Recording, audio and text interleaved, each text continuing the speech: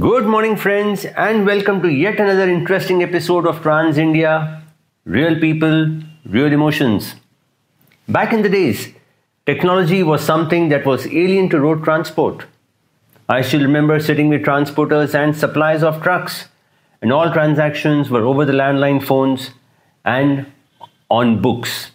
However, with the advent of technology, we now also have players who specialize in the use of designing technology and using it to make things simpler, faster, and most importantly, cost effective. And it doesn't get better when a company wants to transform commerce through logistics. Freight Tiger is India's largest software-enabled neutral freight network today. The company has built an intelligent operating system, on-ground expertise, and a digital platform that together enhance every step of the logistics process. With this technology at their disposal, customers in traditional industries move material to their customers with full visibility, predictability, and speed, all at a lower cost. Freight Tiger does this through three products. One, cloud-based TMS, that is transportation management software and visibility platform. Two, freight assignment platform to facilitate efficient freight procurement by shippers via logistics service providers. And three, marketplace platform designed to seamlessly align demand and supply of trucks pan-India. And with us today to shed more light on these developments is the CEO and founder of Freight Tiger, Swapnil Shah. Swapnil is deeply invested in seeing a paradigm shift in logistics that will improve the lives of makers, movers, and consumers.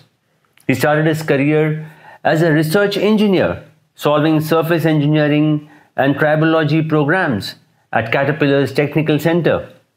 During his stint at Caterpillar Inc., he set up two services businesses and led an effort to launch Toyota Production System through Lean Six Sigma to achieve operations excellence at GM, Nissan, and Mercedes-Benz in the US and Mexico. Prior to founding Freight Tiger, he worked with Dana Holding Corporation, where he played a key role to achieve one of the most successful turnarounds in the US automotive industry. He also set up Dana's commercial vehicle business in India. Swapnil holds a BE and an MS in metallurgical engineering and an MBA from the reputed Harvard Business School. Interestingly, Freight Tiger has been receiving overwhelming response, not just from transporters and their customers, but also from investors, the latest being Tata Motors. So here's our interaction with Swapnil, shot at his control center in Mumbai, where he takes us through his journey and the products. Tell me, how did the idea of Freight Tiger come up?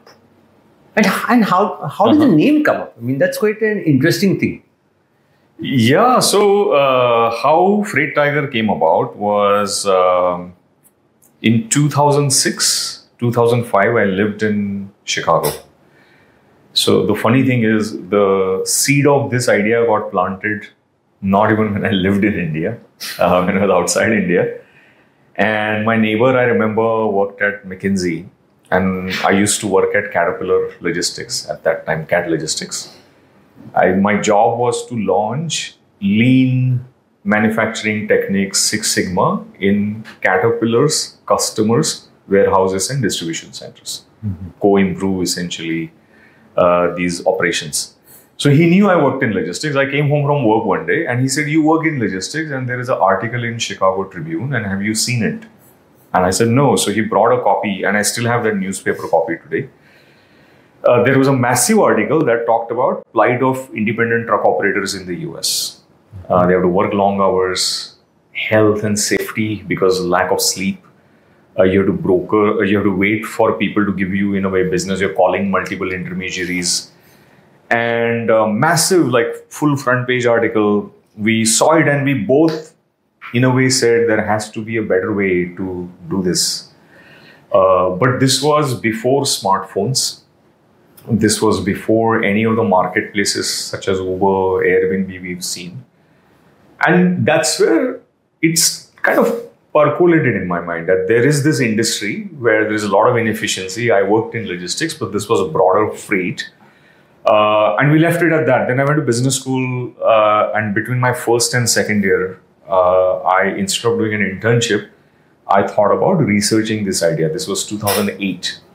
And then I worked on it a little bit, talked to a few people in the US, came to India, spent some time here. But yeah, that's the beginning. I mean, there is more to it, but that's in a way when the first time I noticed, wow, there is this massive inefficiency that exists, and there is something that can be done about it. So this led to Freight Tiger. Yeah, it did. So what was the thing that you were going to give out through Freight Tiger? What were you looking to address, basically? At the very beginning, I was quite driven to build a marketplace, matching supply demand. And in our case, we made a rational call where we said, logistics service providers and transporters in the country, they go to multiple offline channels to source trucks every day. And we thought, why don't we act as a nationwide platform to help them source trucks in a transparent manner? And in the beginning, I was only focused on that part of it. So we had a small office in Vashi, and we built a small team. We picked Mumbai, Hyderabad as a lane, and we used to get orders from many logistics service providers to fulfill those orders. We did well. We were growing that business. A lot of truckers come from Basau Kalyan that operate on the route of Mumbai, Hyderabad. So we used to go spend time in Basau Kalyan. Truckers got to know us.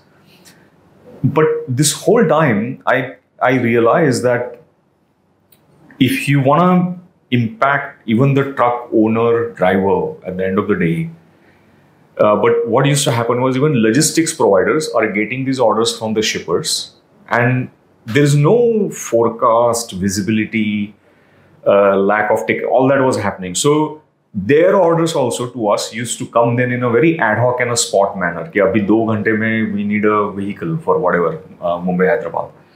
Then we realized we got to figure out some way to get the shippers to help this transition. Then we sort of moved into a direction where we have a software product for shippers, and we have not only a software product for transporters, but we have this brokerage/marketplace for LSPs to book trucks. So there are two parts to Freight Tiger today. Over time, it came together. But in the beginning, it was only this Mumbai, Hyderabad, and get loads from transporters and help them find trucks. And we thought we'll do it in a digital manner, in a way that is transparent, build transparency into the whole ecosystem, help drive vehicle utilization, automate payments, all of that. That was the beginning. Tell me, I think I missed a point here. Yeah. Your research happened back in the US. Yeah. And how did it connect? Yes, from US to India. How was that transition? Two things. One is I have always been motivated by building a business. And the second thing is I wanted to come back to India. I was very clear. I was very happy in the US. But I knew that at some point I got to find my way back. And in 2010, I used to come here to help the company based in the US. I was helping their India operations. And they used to sell drive shafts and axles to commercial vehicle companies. So Ashok Leyland, Eicher. And we had a JV with, we in the sense that company had a JV with Sundaram Finance and the TVS group. It was called Axles India.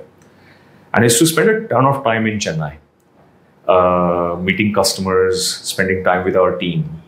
And there was a person, S. Ram, from the TVS family. He was the chairman of the JV. And every time from Chennai city to Sri Perumbudur, you're in a car to go to the manufacturing location. And you had a lot of this time. And we used to talk about it.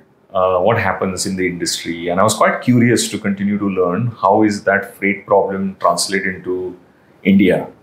And many companies in India had tried by that time to build a marketplace, right?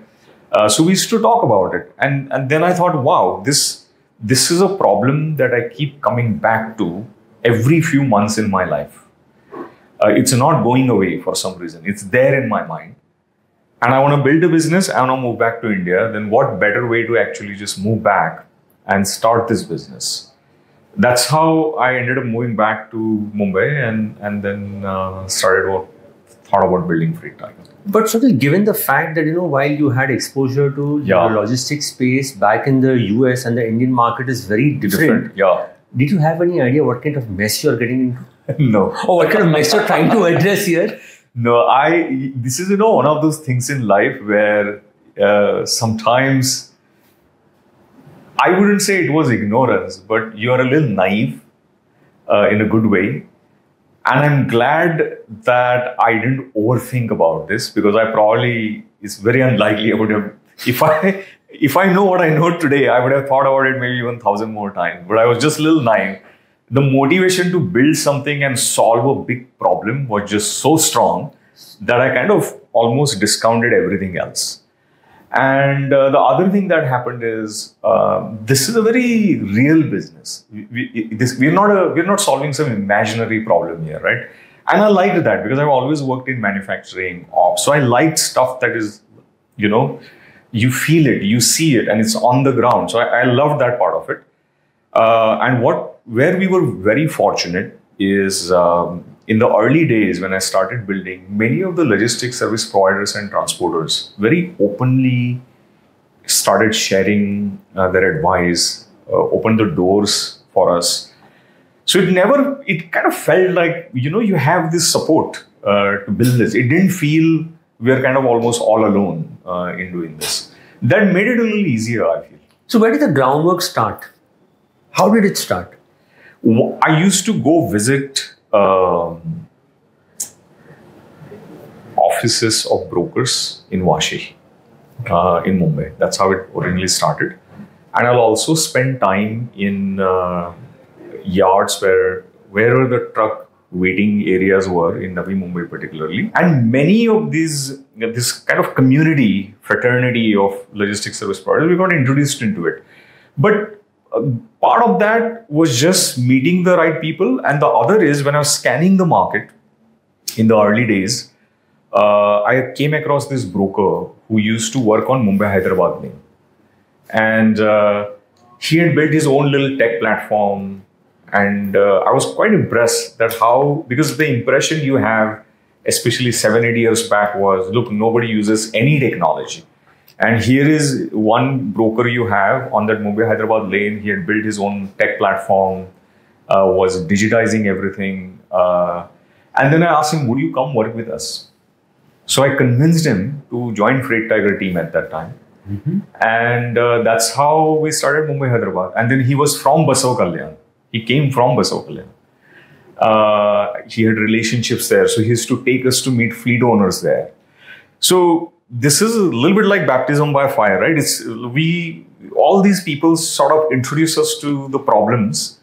But my biggest realization was, even if you had to solve this particular brokerage problem, I didn't anticipate how linked it is to everything from the way customer places an order with the shipper, the planning that goes on with the shipper, how did they decide to service the order, whether from a particular plant or a warehouse.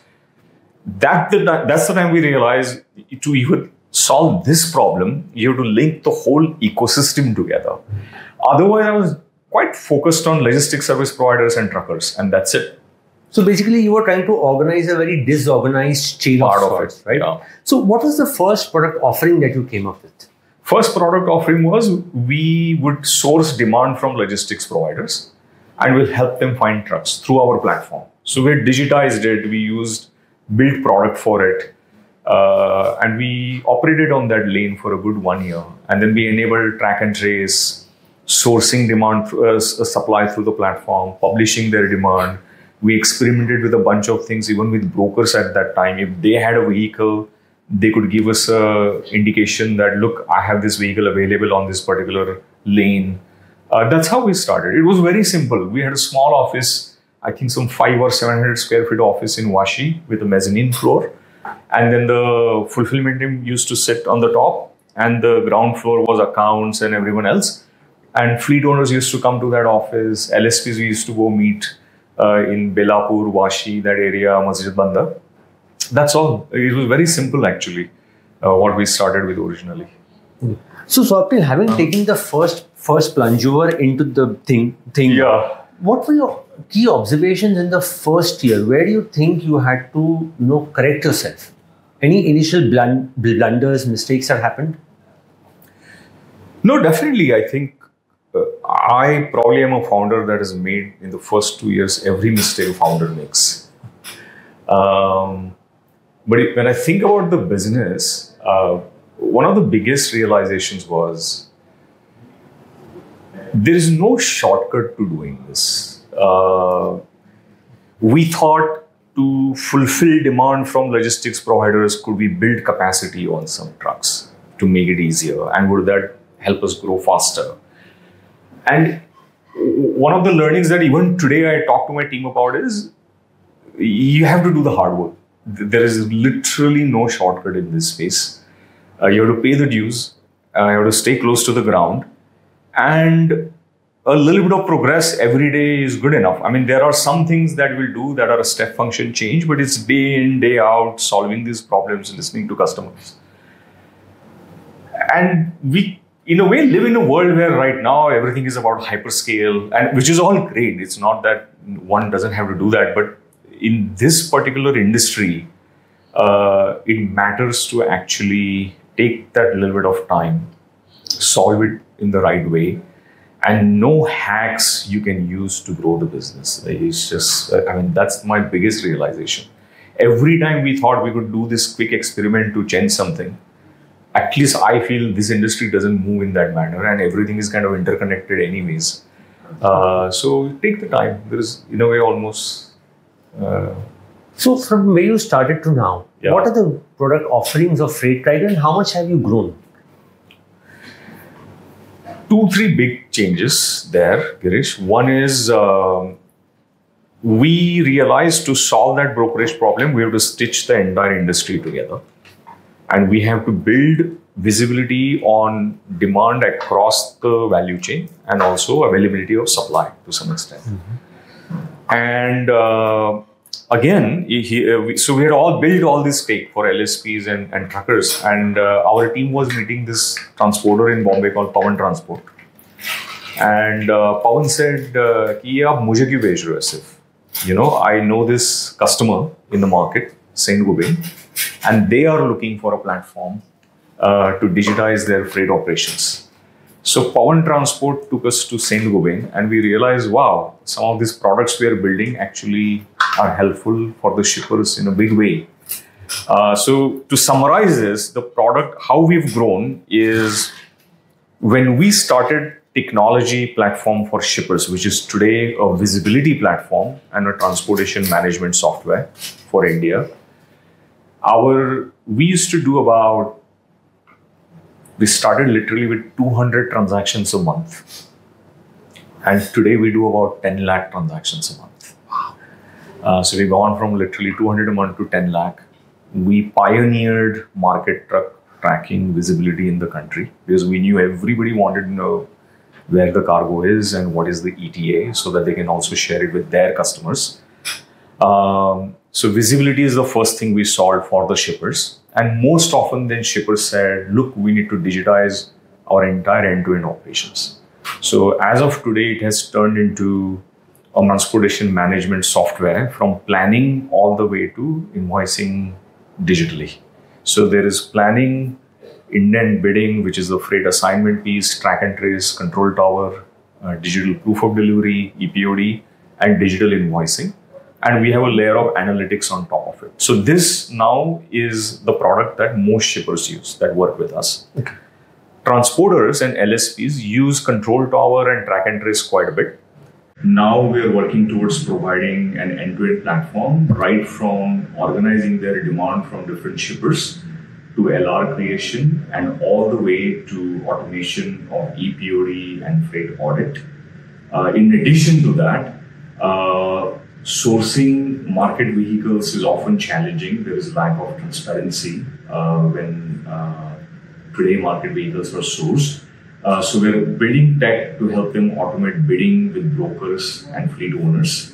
to build transparency, and it will come with vehicle owner broker authentication, KYC verification. It will have contextual information about that particular LSP's business, historical, what rates they've sourced the vehicles, and will also bring market intelligence into that product in terms of the most competitive freight rates that we see. And then the last piece, along with technology, we have managed services offering, where our team can intervene when there is an exception or escalation. So we'll configure certain alerts, notifications based on the particular service levels and the things that the LSPs or their customers want to manage. And based on the technology, the alerts and notifications, a managed services team then can intervene to resolve some of these issues real time. So those are the broadly 3 products that we will be building and already starting to launch with some of the LSPs in the country. We will continue our interaction with Swapnil after this very short break. You are watching Trans India, real people, real emotions.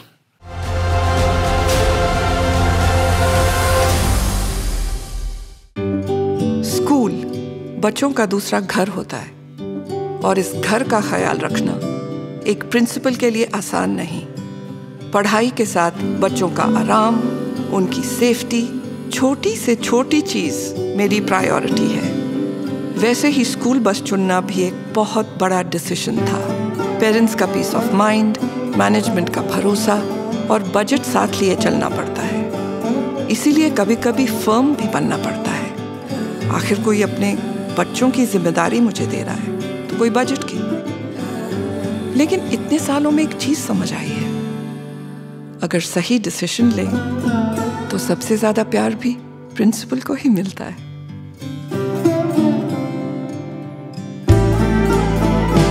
चुनिए Mahindra Cruzio school buses. यह है मजबूत tubular structure, anti lock braking, anti roll bar, parabolic suspension, IMAX, wider seats और best in class mileage के साथ बच्चों के लिए सेफ और बाकी सब के लिए सबसे smart choice, Mahindra Cruzio school बस।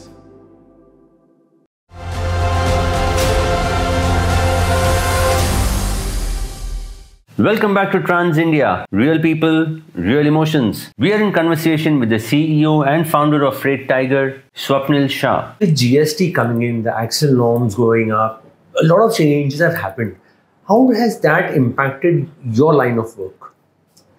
The biggest impact I see today is the adoption of technology is in some ways beyond our wildest imagination compared to when we started. And the resistance today is very low. About 5 years back, we would sell one module at a time to any customer we were talking to, because it was very hard to sell end-to-end or offer end-to-end services. Today, we can't get through a single pitch unless we're offering an end-to-end platform. Nobody's buying modules anymore. And the speed with which everything is getting digitized in any customer's operations. So that's massive impact, like hugely different compared to even just 5 years back. And I would say it's happening with both logistics service providers and shippers. Okay. Right?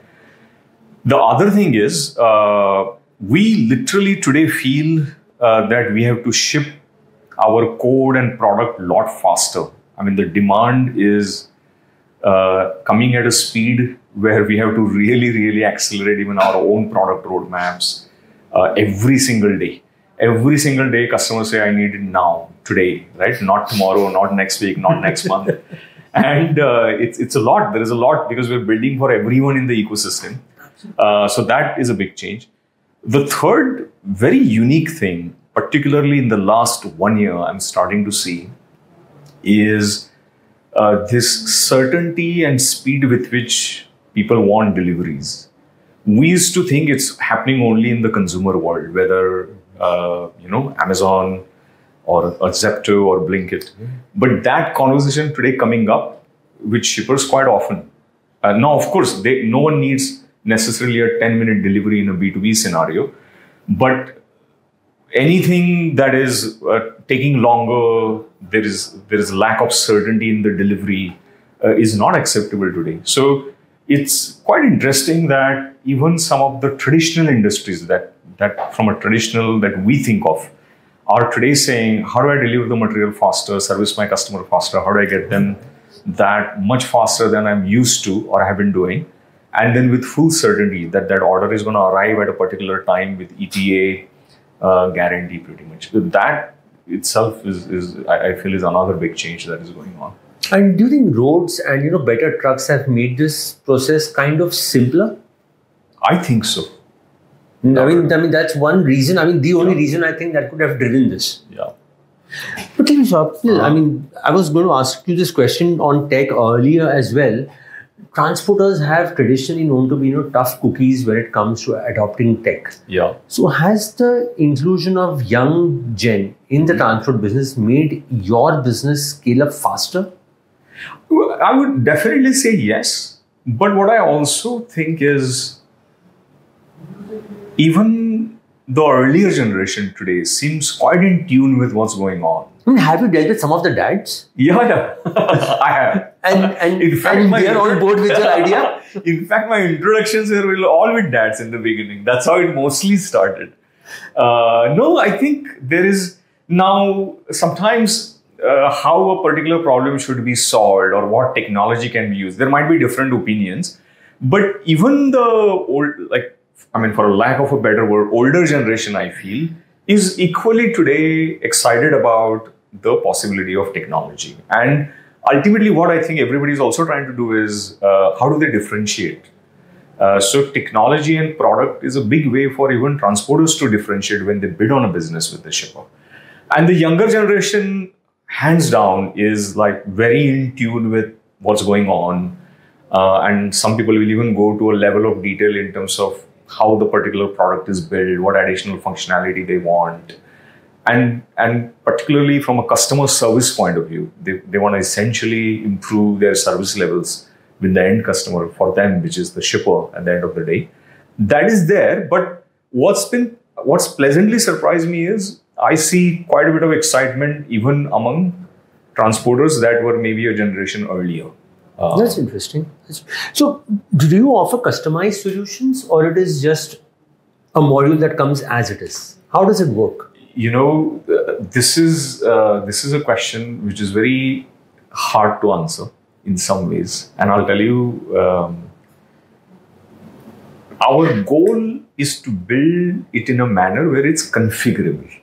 So, today when we look at the shipper, cement customer will have specific requirements, and FMCG customer will have different types of requirements. The goal is you still have a underlying foundation which is standardized across customers, but you have a layer on top where companies and industries can configure for their use case. To some extent, this also happens with logistics service providers. If you're doing exim movements versus someone's secondary movements versus primary long haul, your product requirements will change a little bit, right? So the goal is always build it in a configurable manner, but it goes back to my earlier point where everyone today wants it at a very high velocity. They want us to ship faster. So sometimes we will customize it in the interest of time, but our goal is to give it in a configurable manner. But how easy is it to plug and play with the existing systems that either a transporter or a logistics company is using? How seamless is that? It's gotten a lot better because most companies today have built their APIs. There is a way to use webhooks. So it's much better. But there is a little bit of a pain where sometimes there are custom fields in which the data will come. The way certain calculations made for a turnaround time or a loading time are a little custom in a particular scenario. But we have a dedicated integrations team today. And we are trying to build the integration layer as a product itself so that it can serve a lot of these different use cases. The goal is at the end of the day, the customer shouldn't see that complexity. We'll handle the complexity at our end. It's easier said than done, but I think we'll get there. And we're already mid-turn of progress in that direction. Right. So, having come this far, what do you think are the biggest challenges or roadblocks that you currently have? As a company or as a company? One challenge we feel or face rather is, and there is massive opportunity, even though when I say this is a challenge, to solve this problem, I have always felt you can't solve it for one part of the value chain and for one stakeholder. So you have to build something for the end customer that is receiving the material.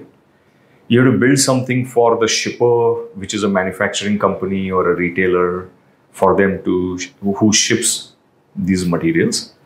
You have to build something for logistics service providers, and then there is a truck owner and driver, right? We started originally between a logistics provider and the trucker, then build a product for the shipper as well. But it's quite unique to build for all of them because their needs are different. And if I pinpoint on a challenge, it's not even then, if you kind of go deeper, the challenge is not even just to build for the different stakeholders. The real challenge is you have this bigger vision that if you get to that end point, you'll make a material impact on everyone's life. But while you do that, you also have to solve their day-to-day problems today, right? And how do you balance Freight Tiger's vision of stitching the ecosystem together with the thread of technology, while also servicing their day-to-day requirements as of today? So for instance, if we launched an electronic proof of delivery product with someone today, we might go live with a shipper and they will say, look, now let's take it to a logistics provider and the end trucker. So even if you solved all the things for the shipper, there are unique things that a logistics provider and the trucker will also need in the product, right? And then the hardest thing is, how do you prioritize on that given day? And this is where I think most people probably underestimate or don't fully probably appreciate how fast this is moving in terms of the expectations, right, that everyone has. And then how do you build a product for all the different stakeholders while serving their specific needs and in a manner and in a time that you can do full justice to it. So this prioritization to some extent, and how do you balance customers' today's needs versus what end state you want to build where it will genuinely impact everyone in a state change or exponential manner. How do you balance that out? I mean, to me, every day is about that. When I come into office till I go home at night, it's that balance and prioritization day in, day out. Taking this question forward, given the sheer size and the fragmented nature of this industry, how do you plan to widen your range or widen your reach? There are a few things which have already helped us, and in a way we want to stay on that path. So number one is Freight Tiger perhaps is the only company that has always stayed neutral in this ecosystem, right? We've never said we're going to also serve shippers' demand directly, right? We work with logistics service providers. We partner with them. We don't write our own lorry receipt. We are not a goods transport agent, right? Tell me how tough, because this was my next question. How tough was getting the trust factor? Because there's always been a case, so far where aggregators have jumped into, started booking loads. Absolutely. How did you get through that barrier? So one way we got through that barrier is our first product, fortunately, was a marketplace between the logistics providers and the truckers. That's how we started. And it was quite deliberate because on day one, we realized this is a complex industry, massive country. And it doesn't make sense for us to go do this because the transporters have been doing this for a number of years and in a good way already. And the market is regional. There are nuances. There are different truck types, different commodities. So from day one, we're quite clear. Our customer, when it comes to the brokerage part of the business, is the logistics service provider. It's not the shipper. And we built majority of our relationships with logistics service providers as a marketplace in the beginning. So we had not even met the shipper 2-3 years into Freight Tiger's life in a way, right? So those deep relationships were built. And I think that was a big part of how this trust got built with them, because we treated them as our customer. Then a funny thing is, when many Uber of trucks type of startups came, they started competing with logistics service providers. But we were a technology partner to the logistics service providers. So we actually helped them in a way differentiate and compete with these new age companies, because we were the technology layer for many of these companies.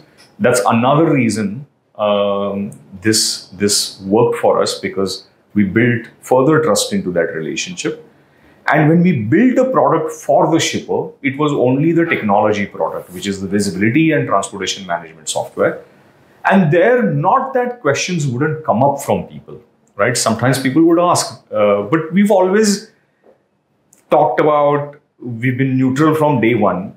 And one of the main reasons, or one of the main aspects of this investment also, when Tata Motors invested, for Tata Motors also, they have fleet owners also as a customer, and they have logistics providers who are larger or bigger fleet owners also as customers. So because Freight Tiger was neutral, it's easier for people to work with us, because we don't create that friction, conflict in the ecosystem. And the larger belief is, there is so much inefficiency from the time demand originates till it gets serviced. And you can make money, you can build a business without necessarily just thinking about disintermediating someone, because there is enough for everyone. If you saved across all the steps that are involved and you made the whole system efficient, there is no reason to say my only monetization opportunity is disintermediation. So it's logical also in many ways. But yeah, these are the few things work. And then the early customer shippers that went live with us, we went live with them because logistics providers took us into those accounts. So we're frankly largely grateful for these transporters and logistics providers to take us into these customers. And I'll give you a small, one quick story on this. About a year back, we went live with Amul, and I went to Gujarat to Anand to meet the Amul team. And one of the first questions I'll often ask a customer is, how did you hear about us? And Amul said, we were doing pilots with 1-2 companies, and one of our logistics service providers said, "Ki kyun kar rahe ho? Matlab, you should talk to Freight Tiger." And with that warm introduction, we went live with Amul. And it works so well for us in every single way. So today we cherish that, and we almost protect it, our neutrality in the whole value system. So to go back to your original question of, in a way, will grow, neutrality allows us to work freely with everyone. That's number one. Number two is, when we go live with shippers today, they encourage their logistics providers, truckers also to come onto the platform. And here again, because we are neutral and we don't cause any friction, they all freely work with us. What also helps today is a lot of these integrations with logistics providers, telematics companies. We've done a lot of hard work to build those. So when a new customer goes live, it takes a lot less time than otherwise it would take. That's one other way things become a lot faster. And on the supply side or on the truck owner side, now this partnership with Tata Motors, where they've invested in Freight Tiger. How did that happen? I mean, that's quite an interesting story, actually. The investment? Yes. Yeah. How did that come by? I always thought that this is one of the largest or the largest OEMs in the country. Surprisingly, when I was doing my engineering degree in Pune, I had done a project at Tata Motors in my 4th year of engineering. Oh, wow. And even when I worked in the US, when I came to India in that business where commercial vehicle makers were our customers, used to meet them here and there. And I felt that we have to integrate with their in-house telematics systems, because there is a ton of innovation you can do if you're directly integrated into the OEMs, right? So we always were thinking, what are the ways we can partner? And Tata Group, with all the different, in a way, group companies, even to provide our software to those companies is a big opportunity. And we had gone to them with that intention, more as a customer initially. And over a period of time, we built a relationship. I was raising I was in the market to raise capital. And somewhere we thought maybe we can invite them to co-invest when we raise a round. And as the relationship grew, then they came and said they would like to consider investing, do the entire round. And that's how it came about. Their management, Tata Motors CFO Balaji, then Girish Wagh, who is the president of commercial vehicles, and my contact in the beginning was Mangesh, who is CEO of Tata Strategic Management. On 26th January 2023, they came to office, and that's the only day we could find where everyone was like calendars matched, right? So on this Republic Day, they came to office, and what was supposed to be a half-an-hour meeting ended up being a 3-hour conversation. And what I loved is they know the industry and all the ground details so well. So to have an investor and a partner that really is there for the long term, has a granular understanding of what's going on in the system, we felt would be a terrific partner in this journey. Now tell me, you have trucks with you on one hand, a truck OEM on one hand, you have the customer on the other hand. Yeah. You have the infrastructure in place. Yeah, and we have the logistics service providers also. Yeah. Can we see a Freight Tiger logistics company coming up anytime soon? No, because it won't work, number one. And the reason it won't work is because it goes against our neutrality. So that's where you'll never see Freight Tiger logistics company. Because the moment we do that, then we can't be a neutral technology layer bringing everyone onto the ecosystem, right? So that won't happen. And then another rational reason also. So one is, of course, it makes sense and everything.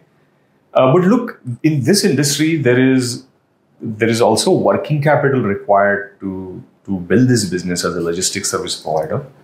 And today, when the several logistics service providers come together to service shippers' demand, that working capital is also spread over multiple companies, right? In many ways, and it helps the ecosystem.